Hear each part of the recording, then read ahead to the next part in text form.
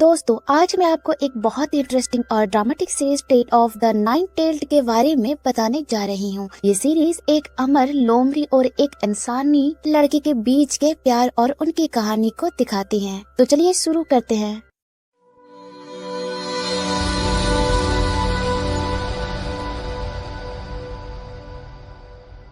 इस कहानी में हम देखेंगे एक फॉक्स गॉड को जिन्हें स्वर्ग से धरती पर आना पड़ता है। धरती पर आने के बाद उस लोमड़ी को एक लड़के से प्यार हो जाता है। अब वो लोमड़ी देवता है, इसीलिए उस पर धरती के किसी भी औजार का कोई असर नहीं होता। उसके पास इतनी ताकतें हैं जिससे वो पूरी धरती को मिटा सकता है। वो कोई हजारों सालों से जिंदा है और धरती पर रह रहा है। कहानी की शुरुआत में हमें नाइन टेल फॉक्स के बारे में बताया जाता है। ये फॉक्स अगर 100 साल की हो जाती है तो ये कोई भी इंसानी रूप ले सकती है, और अगर इसकी उम्र किसी तरीके से 1000 साल हो गए तो ये भगवान के बराबर हो जाती है।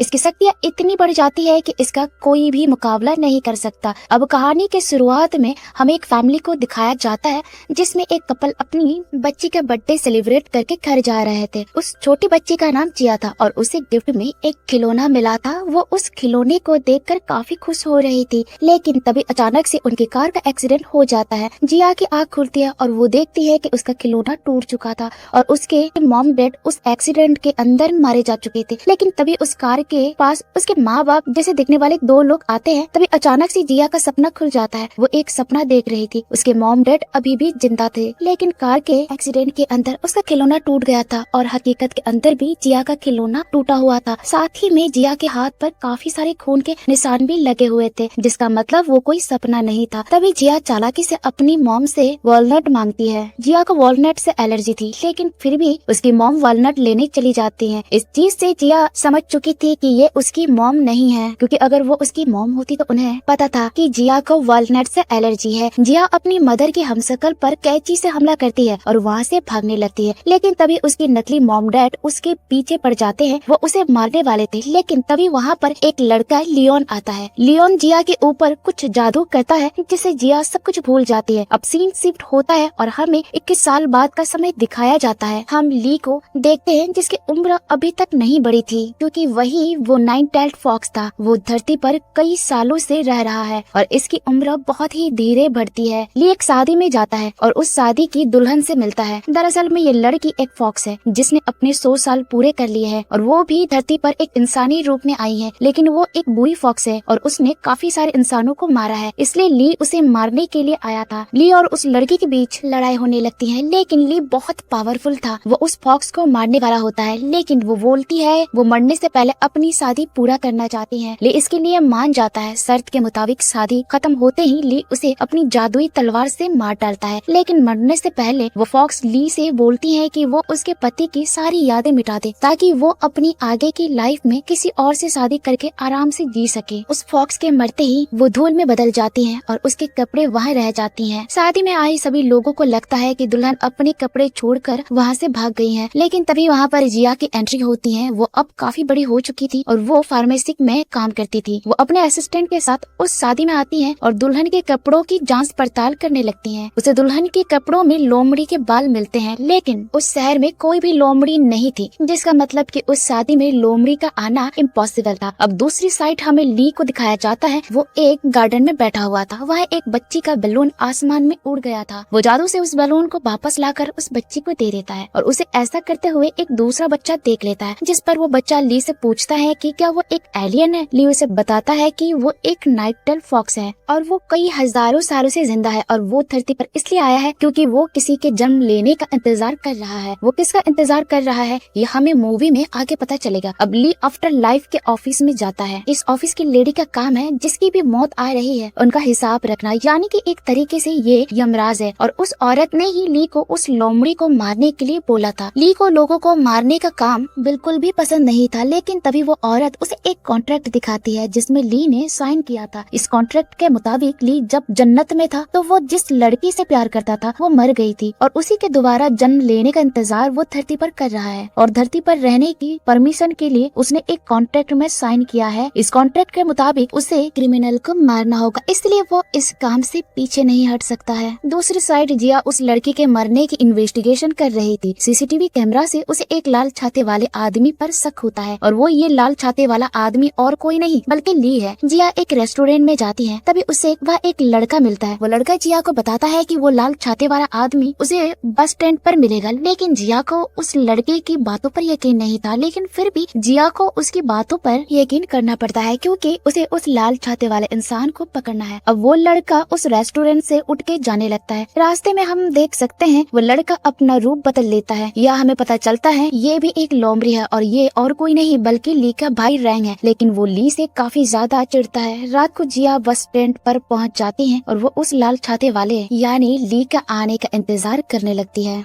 लेकिन तभी वहाँ पर एक शराबी इंसान आ जाता है। वो जिया को उस बस में चढ़ने से रोक लेता है। तभी जिया भागकर एक टैक्सी में बैठती हैं और उस बस का पीछा करने लगती हैं। आगे जाकर उसे दिखता है कि उस बस का एक्सीडेंट हो गया था और उसके अंदर बैठे सभी लोग मारे जा चुके थे। उस बस के अंदर से ली गायब था, लेकिन उस बस के अंदर सुयंग नाम की लड़की अभी भी जिंदा थी। उस लड़की को जब होश आता है तो जिया उसके पास जाती है। वो उसे लाल छाते वाला आदमी का फोटो दिखाती है, लेकिन अभी तक उस लड़की को सिर्फ इतना ही याद था कि वो लाल छाते वाला आदमी यानी कि ली उसे मारना चाहता था। अब जिया को ली का पता चल चुका था। वो उसे ढूंढ लेती है। वो उसके किसी तरीके से फिंगरप्रिंट्स ले लेती है और उसके फिंगरप्रिंट्स को फॉरेंसिक लैब में भिजवा देती है, जिससे उसे पता चल जाएगा कि उसने किस किस को मारा है। जिया उस लड़की को अपने घर पर ले जाती है क्योंकि हॉस्पिटल के अंदर उसे डर लग रहा था। जिया उस लड़की से बस में हुई सारी घटना के बारे में पूछती है। वो लड़की बताती है कि उस लाल छाते वाले आदमी ने उस बस के अंदर सभी लोगों को मार डाला था और फिर वो उसे भी मारने वाला था। लेकिन तभी हमें फ्लैशबैक दिखाया जाता है। वो लड़की झूठ बोल रही थी। वो लड़की भी एक फॉक्स है और उस बस के अंदर उस लड़की ने ही उन सभी पैसेंजर्स को मारा था। ली तो उस लड़की को रोकने के लिए गया था, लेकिन वो काफी ज्यादा घायल था, जिसकी वजह से उस लड़की को रोक नहीं पाया। प्रेजेंट में जिया को भी उस लड़की पर शक होता है और वो एक कांच का गिलास तोड़कर उसके गर्दन पर रख देता है। जिया उसे हकीकत पूछती है। जिया को उस पर शक इसलिए हुआ था क्योंकि उस बस के अंदर सभी लोग मर गए थे, लेकिन फिर भी उस लड़की के एक भी खरोच नहीं आई थी। लेकिन तभी वो लड़की जिया के ऊपर हमला कर देती है। अब वो लड़की अपने असली रूप में आ जाती है। वो ली का भाई रैंग था। वो जिया से बोलता है कि वो उसे जिंदा ही खा जाएगा, लेकिन तभी जिया उसके ऊपर एक कांच से हमला करती है। लेकिन वो एक लोमड़ी था और उसके पास बहुत सी पावर्स थी। उसे इस कांच से कुछ भी नहीं होता। इतने में ही वहाँ पर ली भी पहुँच जाता है। ली बहुत ही तेजी से रैंग के ऊपर हमला करता है और उन दोनों के बीच लड़ाई होने लगती है, जिसमें ली रैंग के ऊपर भारी पड़ रहा था। वो दोनों अपनी पावर्स का इस्तेमाल करके जिया के घर में ही लड़ने लगते हैं, लेकिन रैंग हार जाता है और वो वहाँ से भाग जाता है। अब ली अपनी जादुई पावर से जिया को सब कुछ भुला देता है। अब जिया को होश आता है। वो बहुत ज्यादा चालाक थी। उसने अपने पूरे घर के अंदर कैमरा लगाए हुए थे। वो सीसीटीवी के अंदर सब कुछ देख लेती है। जिया की फॉरेंसिक टीम उसे ली के घर का पता दे देते हैं, जो कि उन्होंने उसके फिंगरप्रिंट से पता लगाया था। ली अपने घर पर पहुँचता है और देखता है एक लैपटॉप के अंदर उसकी और उसके भाई की लड़ाई की वीडियो चल रही थी। तभी उसके सामने जिया आती है। वो उससे उसकी सच्चाई पूछती है, लेकिन ली उसे कुछ भी नहीं बता रहा था। जिया बिल्डिंग के दीवार पर जाकर बैठ जाती है और वहाँ से नीचे गिर जाती है। तभी ली भी बिल्डिंग से नीचे कूद जाता है और जिया को गोदी में पकड़ लेता है। इतनी ऊपर से कूदने के बाद भी ली को कुछ भी नहीं होता और उसने जिया को भी बचा लिया था। जिया ने ऐसा जानबूझकर किया था जिससे वो ली की सच्चाई निकाल सके। अब सीन पास्ट में शिफ्ट होता है। हमें ली का पास्ट दिखाया जाता है। ये कोई 1000 साल पुरानी बात है। ली एक जन्नत जैसी आइलैंड पर रहता था और वो वहाँ का भगवान था। वो बारिश और हवा को कंट्रोल में कर सकता था। ऐसे ही एक दिन ली आराम कर रहा था, तभी उसके पास एक छोटी बच्ची यून आई और वो उसके बालों को सहलाने लगी। अब क्योंकि ली एक लोमड़ी था, इसलिए उसके बाल सहलाने से उसे काफी आराम मिलता है। यून बड़ी हो जाती है, लेकिन ली की वही उम्र रहती है क्योंकि वो एक भगवान था। अब उन दोनों में प्यार हो जाता है। ली यून से काफी प्यार करने लगा था, लेकिन एक दिन अचानक से यून की मौत हो गई। यून की आत्मा एक नाव में बैठकर स्वर्ग जा रही थी, लेकिन तभी ली ने उस समुद्र को बर्फ में जमा दिया। वो यून को खोना नहीं चाहता था, लेकिन उसे पता था यून मर चुकी है और उसकी आत्मा को स्वर्ग जाना ही होगा। इसीलिए ली यून के मुंह में एक जादुई बीज डाल देता है। यून का जब भी दोबारा जन्म होगा और ली उसके पास आएगा तो यून के चारों साइड एक रोशनी चमकने लगेगी, जिससे ली समझ जाएगा कि वही यून है और वो दूसरा जन्म लेकर धरती पर आई है। कई हजारों सालों से ली धरती धरती पर यून को ढूंढता रहा, लेकिन आज तक उसे यून नहीं मिली। प्रेजेंट में जिया ली को धमकाती है कि वो उसकी सच्चाई को सबको बता देगी, लेकिन अब जिया को सब कुछ याद आ चुका था। जब उसके पेरेंट्स मरे थे तो उसने वहाँ पर उस लाल छाते वाले आदमी को देखा था और वो समझ चुकी थी कि वो इंसान कोई और नहीं, ली ही था। और जिया को लगता था कि उसके पेरेंट्स आज भी जिंदा है, इसलिए ली को उसके पेरेंट्स को ढूंढने में उसकी मदद करनी होगी, और अगर उसने जिया के पेरेंट्स को ढूंढ दिया तो वो सब कुछ भुला देगी। ली उसकी मदद करने के लिए मान जाता है। ली आफ्टर लाइफ के ऑफिस जाता है क्योंकि वहाँ मरने वाले सभी के नाम लिखे हुए होते हैं, लेकिन अभी तक मरने वाले लोगों में जिया के पेरेंट्स का नाम नहीं था, यानी कि वो अभी भी जिंदा है। दूसरी साइड जिया के पास एक आदमी आता है जो कि एक बुलगासरी था, कह सकते हैं। ये एक जादुई राक्षस है जो कि जिया को मारने के लिए आया है, लेकिन तभी वहाँ पर ली पहुँच जाता है और वो उस बुलगासरी का मार मार कर बुरा हाल बना देता है। बुलगासरी उसे बताता है कि उसे उसके भाई रैंग ने भेजा है। सीन शिफ्ट होता है और हमें एक समुद्र के 3 मछुआरों को दिखाया जाता है। उन 3 मछुआरों को अपने साथी मिस्टर सियो की खोपड़ी मिलती है। मिस्टर सियो की बेटी के पास रैंग आता है, यानी कि उसी ने कुछ करवाया है। दूसरी साइड ली बुलगासरी को टॉर्चर कर करके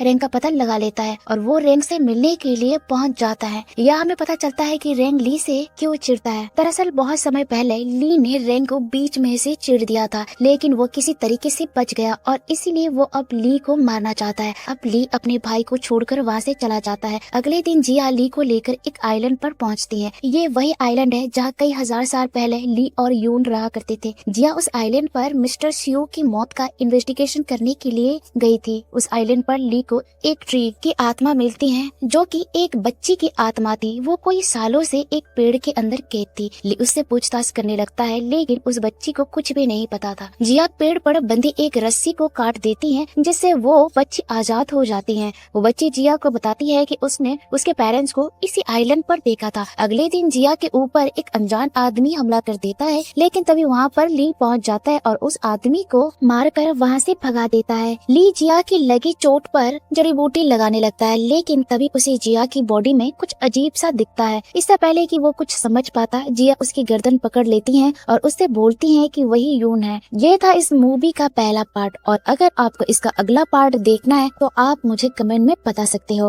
और साथ ही हमारे चैनल पर नए हैं तो वीडियो को लाइक शेयर जरूर करिए और साथ में सब्सक्राइब करके बेल आइकन को प्रेस कर दीजिए, ताकि इसी तरह के वीडियो की नोटिफिकेशन सबसे पहले आपको मिलती रहे। तब तक के लिए बाय बाय।